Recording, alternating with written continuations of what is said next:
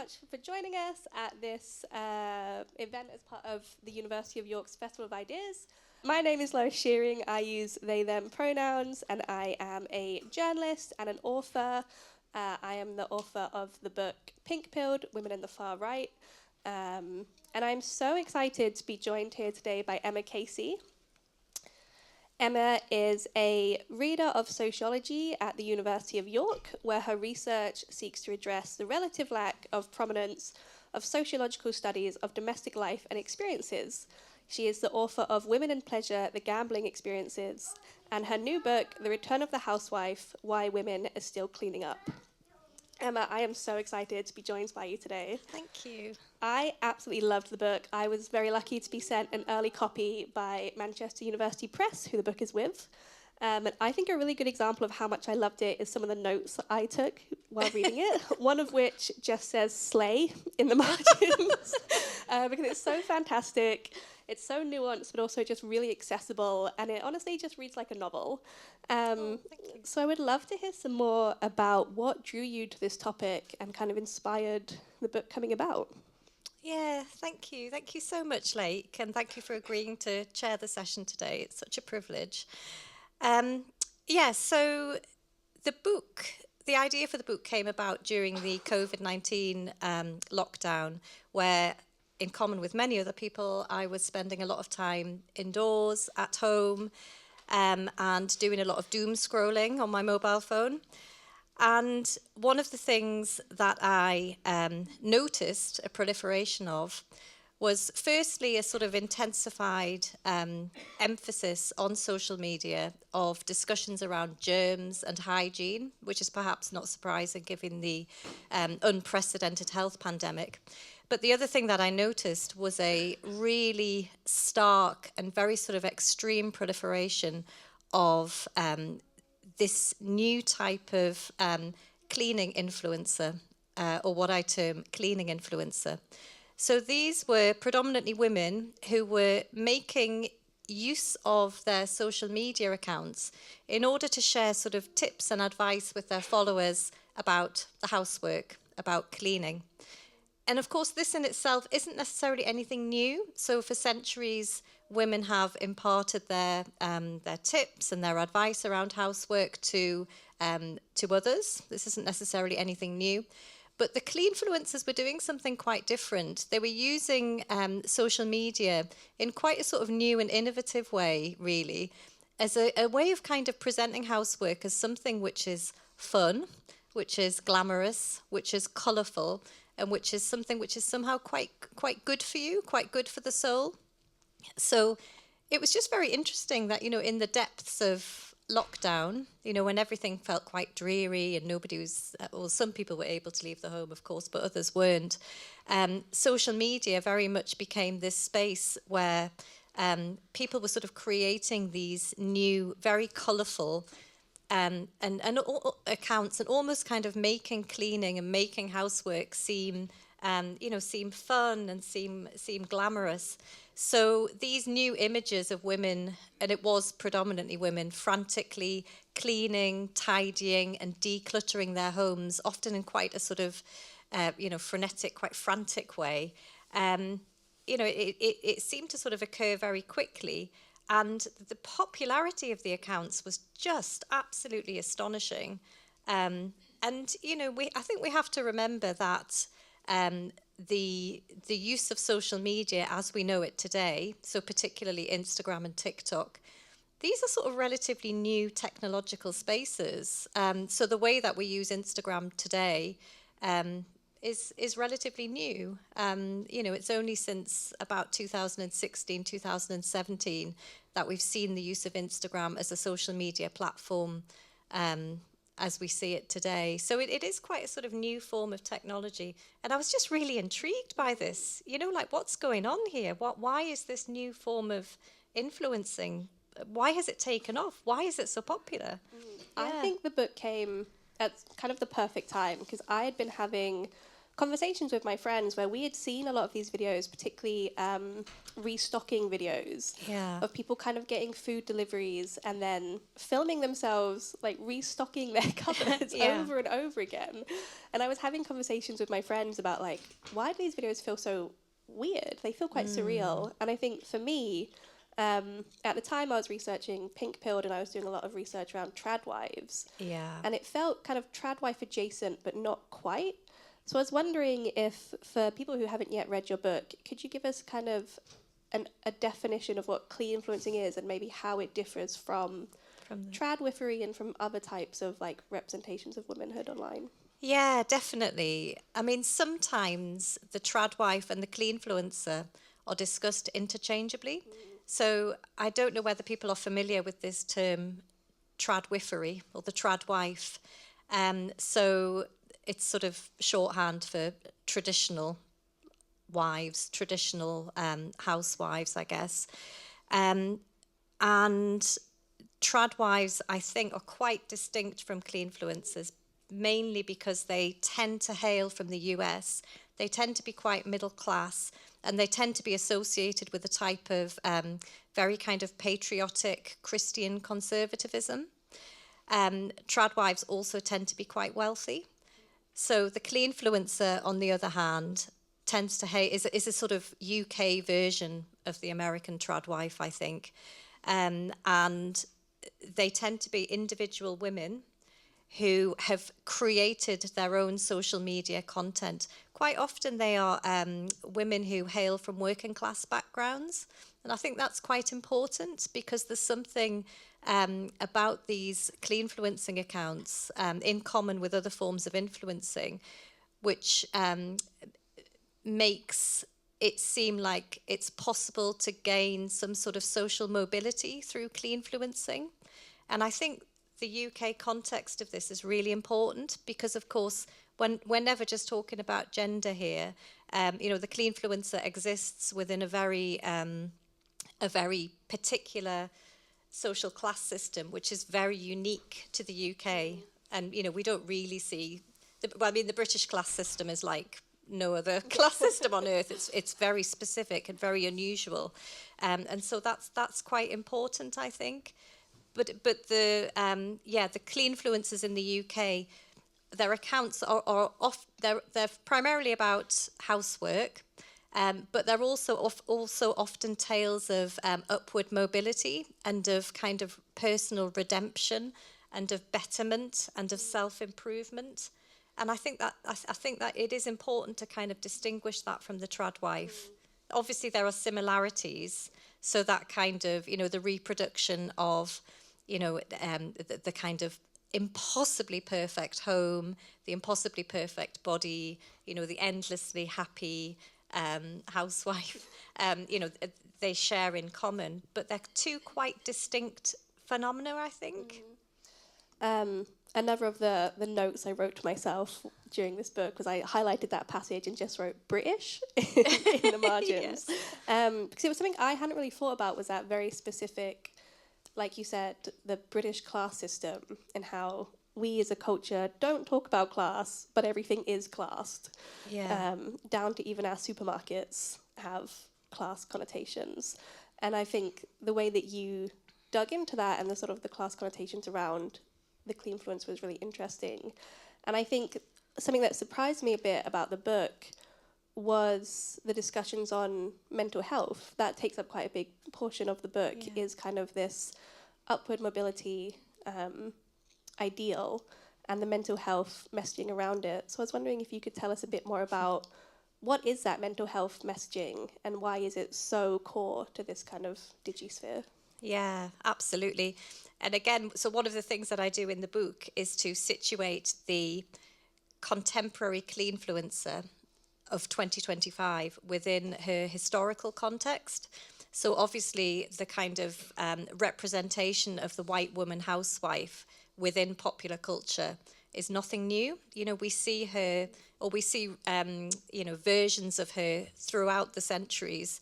So in the book, I talk about even how the 17th century Dutch masters depicted the housewife, the white woman housewife. She isn't necessarily new. But the way that she's represented today within popular culture it's familiar, and it feels quite depressingly familiar sometimes, but it's also quite novel and quite unique.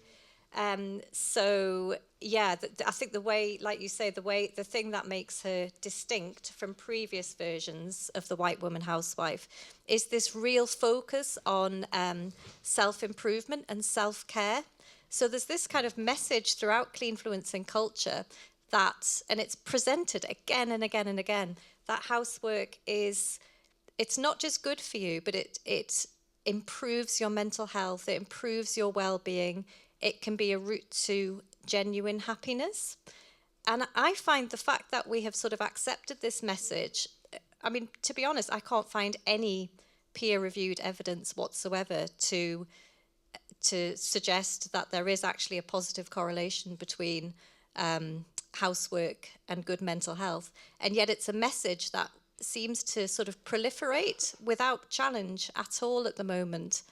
And to the point where, cleaning companies like Minky, for example, collaborate with mental health charities like the Samaritans, like Mind, for example, in promoting their cleaning products. So this message that housework is good for us, that it's good for the soul, that it enhances our self-esteem, is sort of, at the moment, it's running unfettered, really. And I think that, this is probably something that maybe, we should bring into question.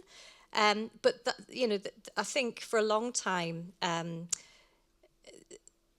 companies have searched for ways in which women can be encouraged to willingly participate in this unpaid, these vast amounts of unpaid labour. This isn't anything new. And the way unpaid labour is being sold to women today is by sort of the proliferation of this message that, cleaning is good for you. It enhances your mental health. It is a route to happiness. And I find it so fascinating because actually, if you look at the history of feminism, the message from feminists throughout the centuries, from Simone de Beauvoir to Betty Friedan, etc., Anne Oakley, the message is always that actually all the evidence shows that housework and unappreciated, unpaid labour is pretty catastrophic for women's mental health. So the idea that all of that sort of feminist history has been almost forgotten, I don't know whether it has or not, but it's been overlooked in favour of these new kind of, hugely popular narratives that housework is good for your mental health. And it's an idea which is just, it's just completely spiraled. And, everybody seems to be in on it at the moment. So I think that idea of, that housework is good for you is, at the moment, it's one of the key ways in which women are being persuaded to continue to sort of undertake these, this huge array of unpaid labour. Yeah, I thought it was really interesting, the sort of contrast you give between the contemporary messaging in cleanfluencing around mental health and that kind of particularly second wave feminist discussion of it. As Sylvia Frederici said, you call it love, we call it exploitation.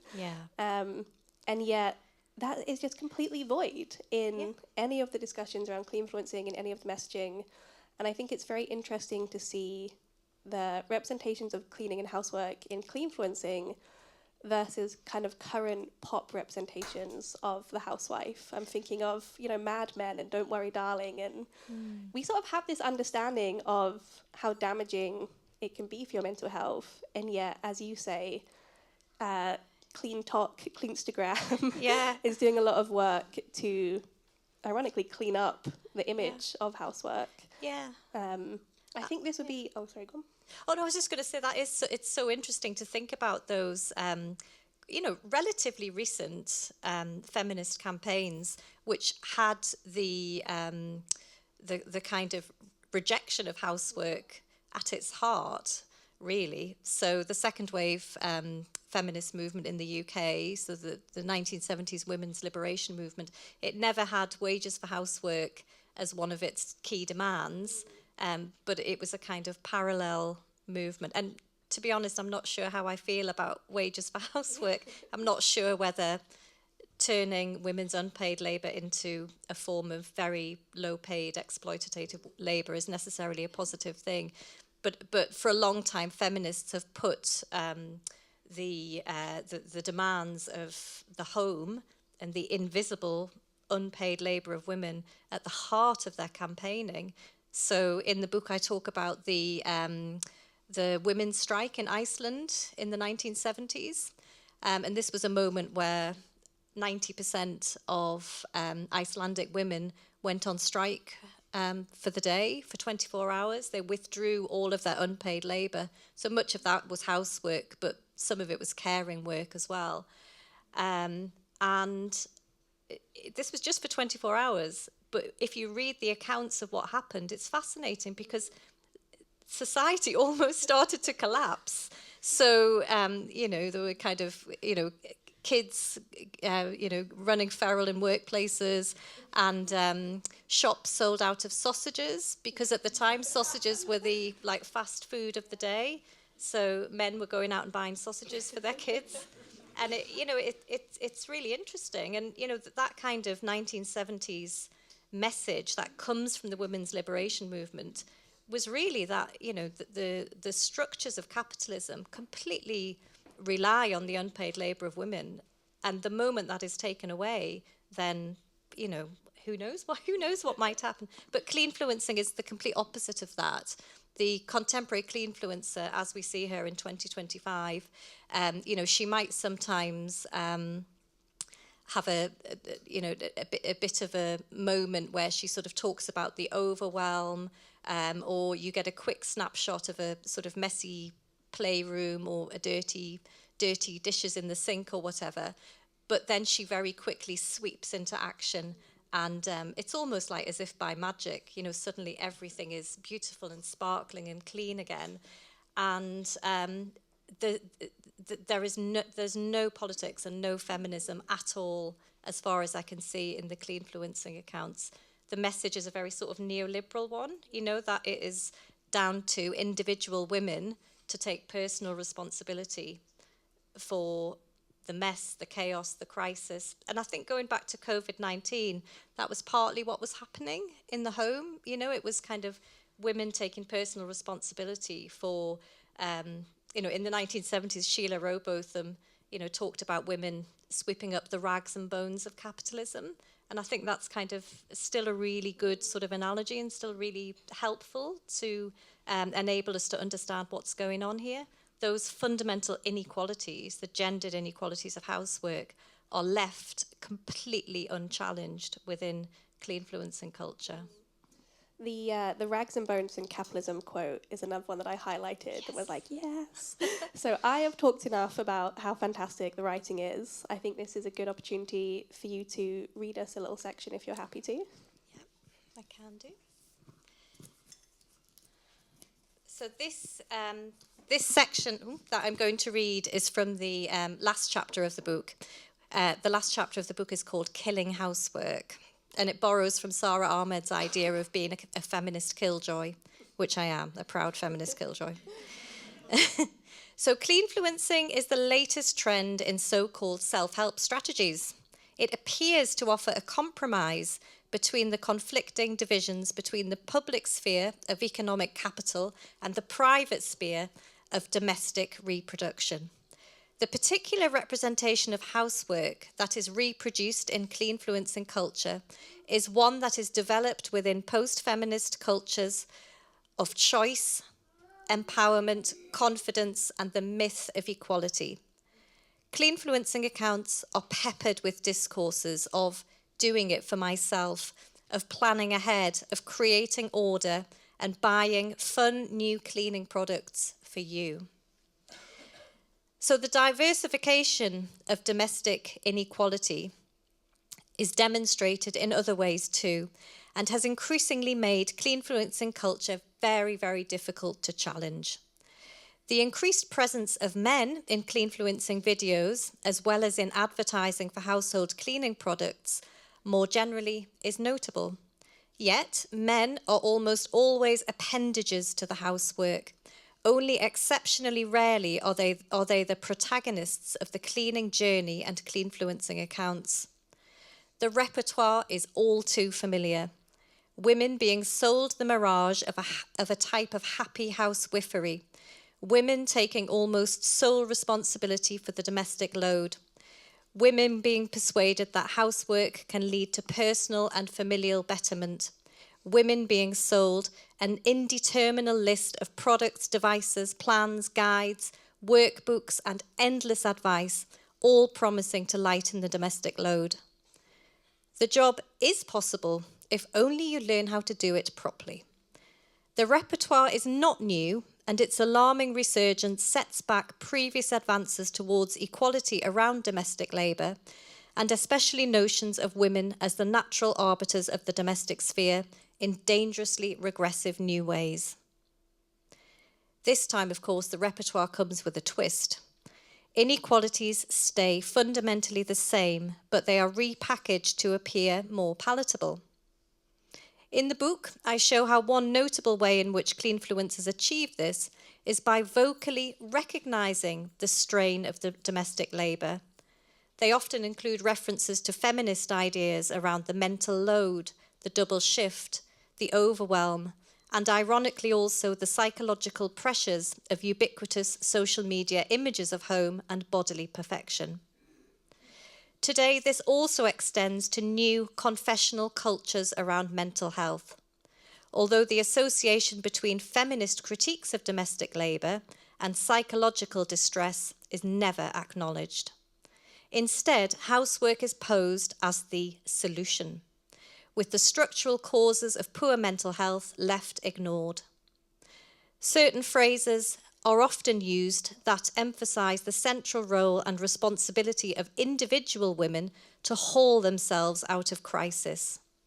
Just be you. You've got this. A colourful, romanticised 21st century version of the same mopping up of the rags and bones, the same shitty residue of capitalism that Sheila Rowbotham described in the 1970s. This time, though, women's crisis management skills are celebrated, and failure, so long as it is ultimately overcome, becomes central to the cleanfluencing narrative. Thank you so much. That's a fantastic passage. Thank you. We talked a little bit there in that passage about kind of crisis and women mopping up crises. Yeah. I'd love to expand a little bit on what we were talking about earlier about COVID-19 and the many factors in which it led to kind of the rise of this cleanfluencing. I think one of the ways is the UN found that women were doing about 5 more hours of housework per day compared to men who are only doing about 2.5 more.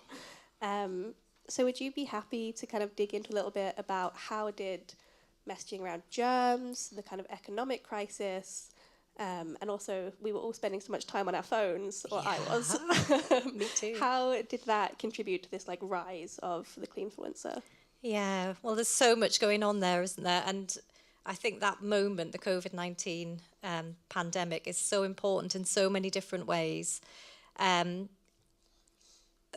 If you look at the sort of statistics, the demographics of people using something like Instagram, for example, it is particularly popular among women. And I think this is partly something that occurs during the COVID-19 pandemic. Women started to use social media in new ways. And one of the ways that they were using it was to seek support and advice, and maybe even communities. And also it's a way of kind of giving people access to images of your home without actually having to invite people into your home. So Instagram is obviously highly visual. It's different to something like Facebook, which came before Instagram. So Facebook tends to give a sort of, it tends to provide, well, it offers an archive of our memories, doesn't it? Whereas Instagram is very aspirational, it's very future orientated. And that fits with cleanfluencing really perfectly, because you're looking at it and you're seeing these kind of, ultra perfect images of the home and the products that you can buy in order to achieve that. And it's very seductive. The volume of content is infinite. And it's, like you say, it is very seductive. I talked at the beginning about me doom scrolling during lockdown. And I did spend a lot of time, on my phone looking at this sort of content. So I think COVID's important because we started to use social media in those new ways. And also, I think during COVID, I mean, some of the data that has come out of the COVID-19 years demonstrates that women began to do a lot more in the home, and that the gendered division of housework became more unequal than it had been previously. And the early data shows that isn't being reversed, that those inequalities that intensified during lockdown seem to be continuing. And yeah, I mean, part of the reason that I'm hesitating with all of this is because the data around housework is notoriously problematic. It's very difficult to calculate how much time somebody is spending on domestic labour. And those time management surveys are they can be quite problematic because, for example, they don't take into account multitasking.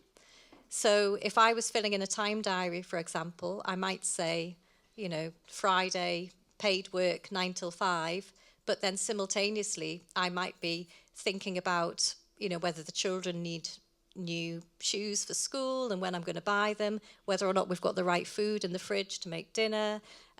Maybe I might put a load of laundry in. So time management data doesn't really take that kind of level of detail into account.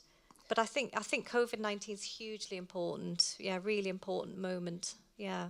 And I think as well, in my personal experience, it blurred those lines so much between what does it mean to be out in the world doing productive labour and at home doing domestic labour, because I work from home several days a week, and kind of during my work day I'll put on a load of washing, I'll maybe quickly hoover my my living room or something. And so I think with more people moving to remote working and women picking up so much more of that housework, it also blurred that distinction between who was doing what a little bit. Yeah, absolutely. And the thing that we have to bear in mind here as well is the privilege of the women often who can get to stay at home. Maybe it seems odd to present it as a privilege, but of course, during the COVID-19 pandemic, lots of women, particularly poorer women and women of colour, were ending up having to go out to work anyway. And of course, Rishi Sunak, when he was Home Secretary during the COVID-19 pandemic, during lockdown, everybody had to stay at home. You weren't allowed to have people in your home unless they were builders, nannies, or cleaners. So it's interesting, isn't it, that that some people were still allowed to, kind of be in your home. So yeah, I think it is important to sort of bear that in mind. And I think one of the big problems with cleanfluencing is that kind of, the sort of pressure to try to kind of replicate or aspire towards these, completely unrealistic, images of the ideal, perfectly decluttered home. And that's particularly problematic for, for women who maybe, have to, have to sort of check in on their computer 9 till 5, or, they're kind of going out to do a shift and then they're coming back. Trying to do that and create this kind of impossible home is, it's an immense pressure. Yeah, and especially given that I think COVID-19 and kind of working from home, it made our houses stages almost. You're on Zoom calls, you're on FaceTime with your family, people who I'm not inviting a lot of my colleagues into my house, but, when I'm on Zoom, they can see into my flat. And so I think it made that feel a lot more intimate as well, kind of what your home needs to look like. Yeah. Also, as you've mentioned, women kind of bore more of the brunt of the economic crisis. Yes. Around COVID-19. A lot more women were kind of pushed into gig labour or less job security. I was wondering if you could kind of expand a little bit on what we mentioned earlier about the class dynamic around the cleanfluencer and that rhetoric of social mobility, doing it for yourself, almost a kind of girl boss feminism that seems to be at the heart of some of these narratives. Yeah, thank you. Yes, I think, in the book I describe the cleanfluencers as almost like the ideal neoliberal subjects. So you may be familiar with terms like relatability and authenticity, which are often used to describe the most successful social media influencers. So to be a successful cleanfluencer, you have to be able to demonstrate that you have some sort of acknowledgement of the sorts of stresses and strains that your followers are going through. So quite often on a cleanfluencing account, you will get a kind of a snapshot of the stress and anxiety of, whatever it might be. So cleanfluencers, I should have said this earlier, shouldn't I? Cleanfluencers regularly talk about, in a very sort of confessional way, about their mental health. So sometimes they will take antidepressants, for example, in their video reels before they start cleaning. And they regularly share with their followers, stories of their mental health journeys. But it's quite often, using cleaning as a way of overcoming those mental health struggles. So yes, that's important in terms of class, because the story that's told is often quite a meritocratic one. If you follow your dreams hard enough, and if you're passionate enough, then wonderful things will happen to you. If you kind of do it all with a smile, and don't complain too much, and certainly don't ask the state for any help or any support, then wonderful things will come to you. And I think I just think it is quite interesting as well that cleanfluencing is presented as as something which is a bit of a leveler. There's that idea that anybody can do it. All you need is a smartphone and a home, and anybody in theory can be a cleanfluencer. So these are kind of supposedly ordinary people. But of course they can't. There isn't enough space within capitalism for everybody to make it as a hugely successful cleanfluencer. And so, that kind of story being told that anybody can make it's a bit like reality television, isn't it? Yes. We get that message that it's open and available to everybody, but it really isn't. You get these sort of very small number of hugely successful cleanfluencers at the top of the pyramid who have really made it work, and they've earned enough money through paid partnership deals. So on Instagram from 2017 onwards, you could have a paid partnership deal with big companies. So the most successful cleanfluencers have product partnerships with Procter and Gamble, for example, major cleaning corporations. And that's the kind of, very few people at the top. But for everybody else, it's still the same old struggle. Yes, and also on TikTok, you can monetize videos as part of something called the Creator Fund. So if you're getting kind of enough views, I think it's 10,000 per videos, you can then generate money from the views that you get. So of course, some cleanfluencers are directly like monetizing their videos, but as you said, it's the ones, the really successful ones who are getting thousands of views who are actually generating income. And then almost like an MLM, the people kind of lower down the pyramid of cleanfluencing are not generating the same level of income. And that's where you realise that actually that message that cleaning your home makes you happy is false. It's not going to work. Yes. I thought it was very interesting in the book as well, the comparison you made between the rise of reality TV and the influencer, particularly in terms of, you talk a bit about Stacey Solomon, who of course got her start on reality TV and is now one of the big cleanfluencers. Also, I think just bouncing off something you just said, it feels almost like there are some links between diet culture and the rise in diet messaging that we're seeing on social media right now, and cleanfluencing in terms of if you do it right and have the right mindset, this will work for you. Yeah. And if it hasn't worked for you, that's because you kind of didn't want it enough. Yeah. Which is something I've seen a lot from these cleanfluencing videos. Yeah, absolutely. So the videos are relatable because the cleanfluencer is sharing a similar stories of distress and stress and all the rest of it, but they're the ones who ultimately sort of clean up the mess. Stacey Solomon's such a fascinating figure in all of this. And by the way, I love Stacey Solomon, and none of this is to criticize the cleanfluencers themselves. What I want to do in this book is not to blame women again. I want to explore the unequal structures that have given rise to the cleanfluencer, and I think that's really important. So a lot of the women who are producing this cleanfluencing content are working very hard, and they're doing it for free as well. It's another layer of unpaid labor on top of everything else. So, some of the content is really quite sophisticated, like self-filmed video reels. A lot of it's, beautiful and colourful and fun, and a lot of effort is going into this. But ultimately, it's a brilliant business model, isn't it? Because, not for the cleanfluencers themselves, but for big corporations. Because every time you click like, every time you share something, every time you comment on something, every time you click on a paid partnership link, you're doing this kind of marketing work and advertising labor for free. This is something that in the past corporations would have had to pay a lot of money for. So in a way, it's a kind of perfect business model. But I can see, where it comes from.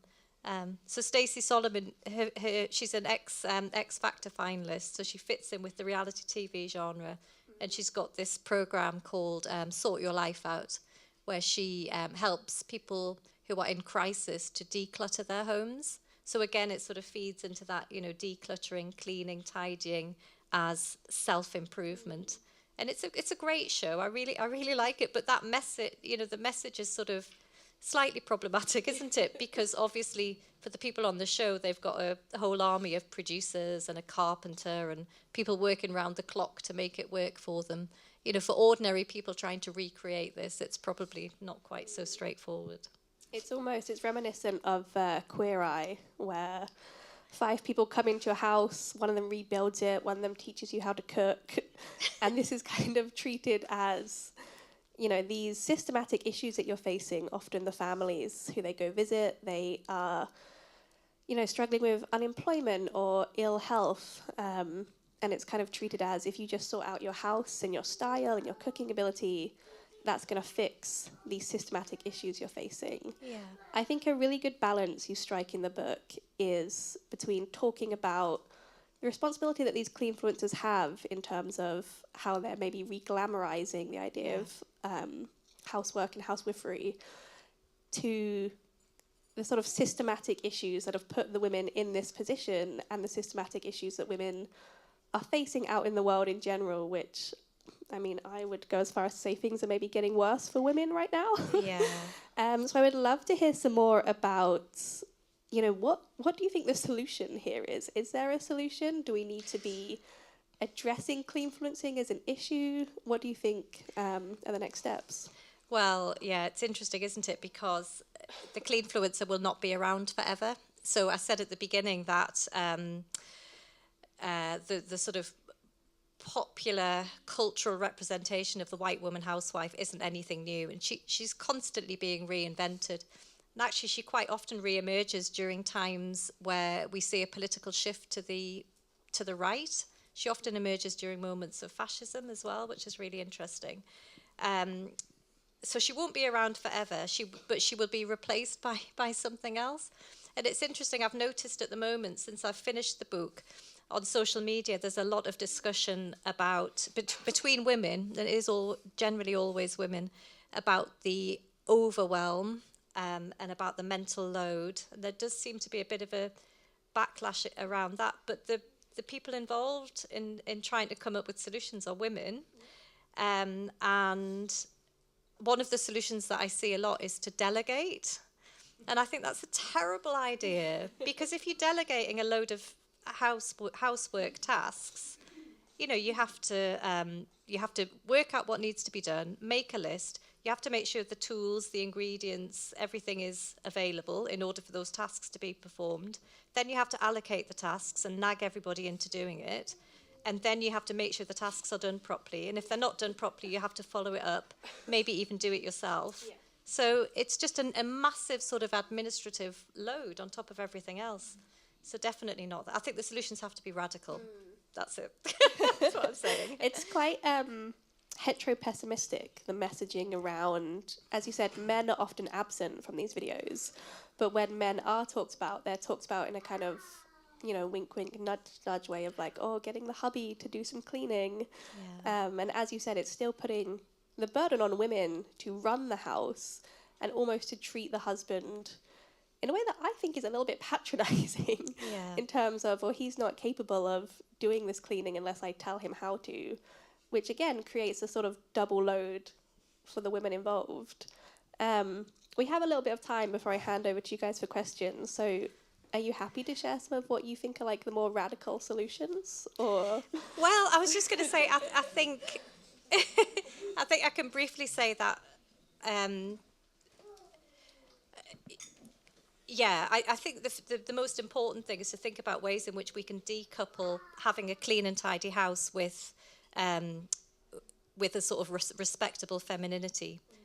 So having a clean and tidy... So yeah, we never hear men on the manosphere talking about mental health and saying that cleaning your house might improve your mental health. But we do see women saying that all the time. So I think decoupling the sort of value associated with housework with femininity is probably a good start. And also just talking about it, you know, kind of the last chapter focuses on Sarah Ahmed's idea of killing joy.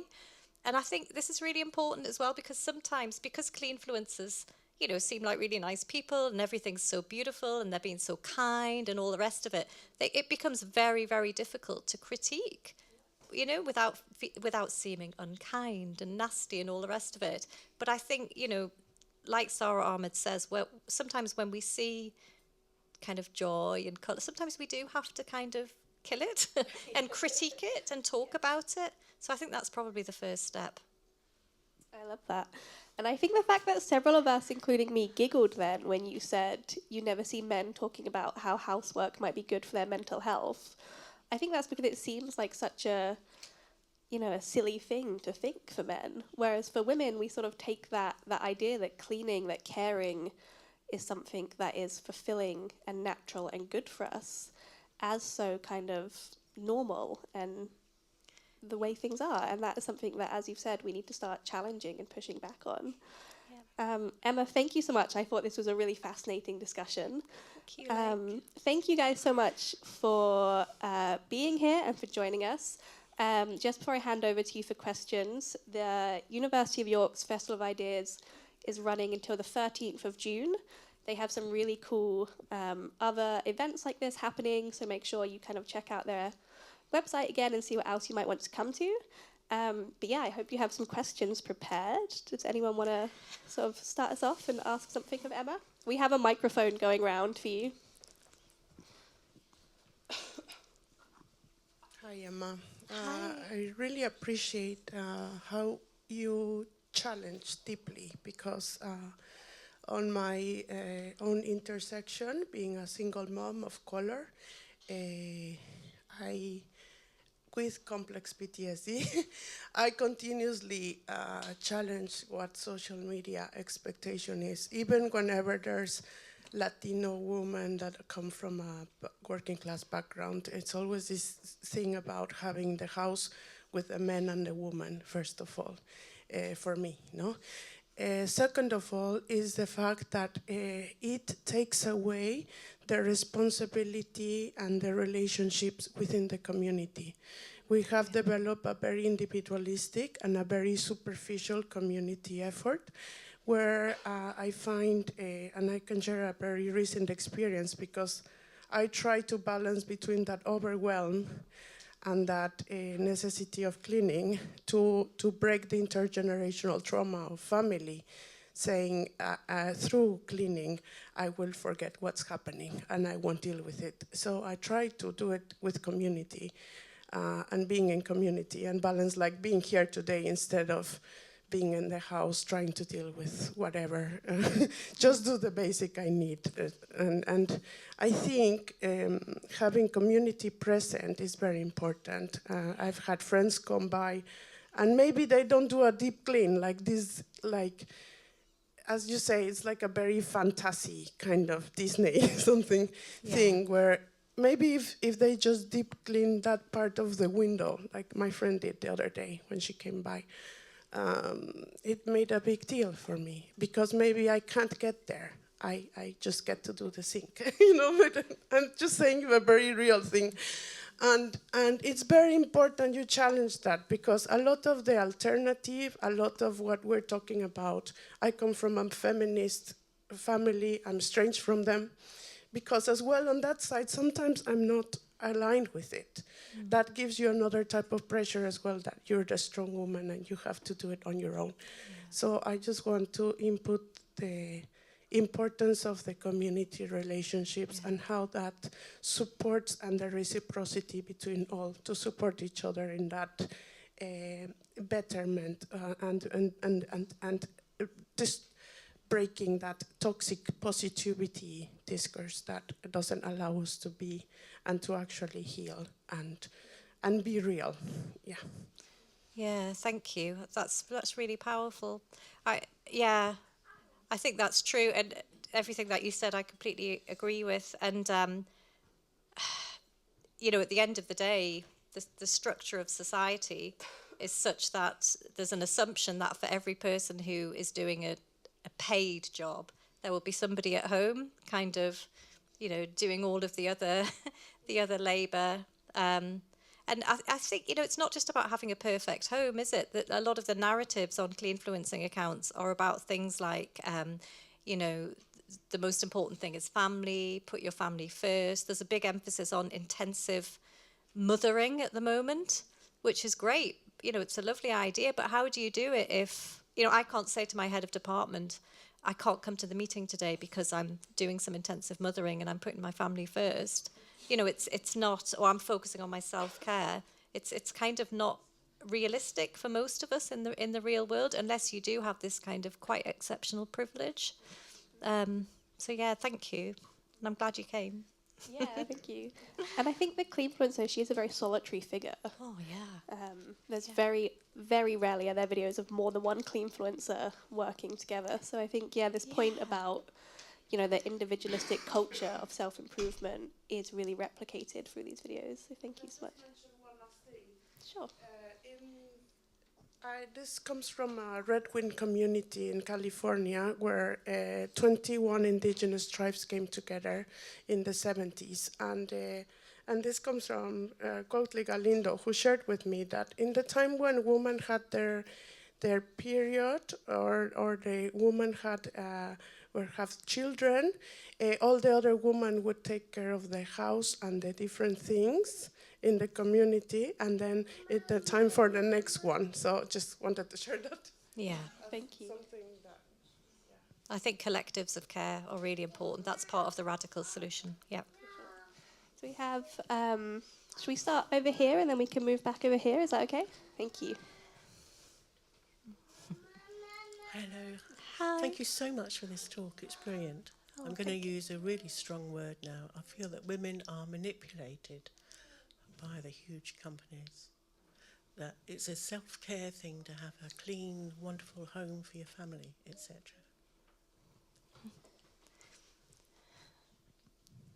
Yeah, and it's interesting, isn't it? Because there's quite a lot of this in the book, but the way, because effectively, cleanfluencing is selling stuff to people, to women. It's selling us stuff, and but that is kind of shrouded in certain ways, and so we tend to feel when we follow our favourite influencers or cleanfluencers that they are like our friends, and they never use the language of consumer. It's always about, you're my Insta family, or, quite often you get these sort of affirmations of love, I love you guys, but then the next post will be, here's something that you might be interested in buying, but it's always presented in quite a sort of altruistic way.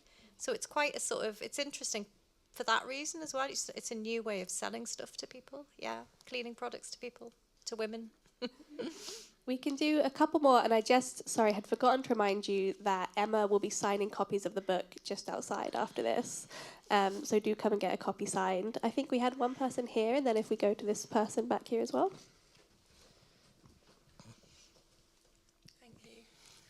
Thank you, Emma and Lewis. It's been really interesting and insightful. Rather than what are the radical solutions, I'm interested in how we as society can start to challenge what is quite, I think, a dangerous narrative. I see it from my personal experiences. A lot of what you've talked of, it's actually a mirage. I like that concept. And the reality, certainly in the world I live in, is a lot of menopausal women struggling with that, but also dealing with children who are in a lot of mental health crises, struggling at school and having appointments left, right and centre, struggling to maintain their own independence and career around that, and being thoroughly overwhelmed. And it's like you can't turn off these influencers because you can't say that's not relevant to me, because they make it so accessible by saying, oh, I'm also struggling and I'm also overwhelmed. But I see this starting to, so one, I feel that it's actually makes the person feel like even more of a failure when they can't do that. And so it's actually having the opposite effect on their mental health at a time when mental health crisis is huge. But also I see it sort of just sneaking into kind of, like you said, there's no research about it, according to you. I haven't looked at it, but there's no research about that link. But even in the world I live in, you see, the charity work I do, you see a lot of families who maybe social services start to become involved, and actually just because there's a few dishes in the sink, that suddenly puts a child on a child protection plan, because they're also struggling with their mental health. And actually it can start to become really dangerous, and yet there's a dearth of research to maybe back up, but it's just got into popular culture so much that it is a very accepted message. So how do we start to challenge this as society? And just a little anecdote, recently I looked at the book Peepo. Oh yes, by the Albergs, I think. And it struck me how the illustrations were of this very acceptable, in published book in wide society, of a house that is cluttered, that has a lot going on, and it was absolutely fine. And now I feel like that's not acceptable anymore, and it's actually deemed harmful and neglectful for families to live like that. And it was so nice, and it was actually good for my mental health to see that book again. Yeah, so absolutely. It was really striking. So how do we begin to challenge this narrative? Yeah. Thank you. Thank you. Is it Shirley Williams? Shirley Hughes, that's it. Her books are like that as well, from the 1980s. Beautiful illustrations of kind of ordinary cluttered homes. Yeah, I mean, again, I absolutely agree with everything that you've said. I think it's that message, isn't it? I struggle as well, and I can make it work, and so why can't you? And so it turns what is actually a social problem into a personal failure, and it's really, really harmful. And I think the big problem with social media is that, one of the big problems with social media, particularly Instagram, is that it pits women against each other, and it intensifies. Women have always been put in competition with one another and encouraged to be competitive in various ways. I know men have as well, but perhaps in quite a different way. And social media, particularly cleanfluencing, really, really intensifies that. So I think moving away from social media as offering a solution would be really helpful. And as the other person asking questions said, having more kind of collective solutions would be brilliant, because you're absolutely right as well, Lake, that cleanfluencing it's individual women doing things on their own in their homes. Generally the videos don't feature anybody else, do they? It's just the woman on her own, sometimes with other family members coming and going, but not with any help, not with any community, nothing, just always by yourself. Sophie Lewis talks about the concept of feminism as being about recollectivizing care. Yeah, And I think that's something that kind of resonates with this discussion. definitely. Let me just check the time, but I think we had one person in this sort of purple jumper back here. That's you.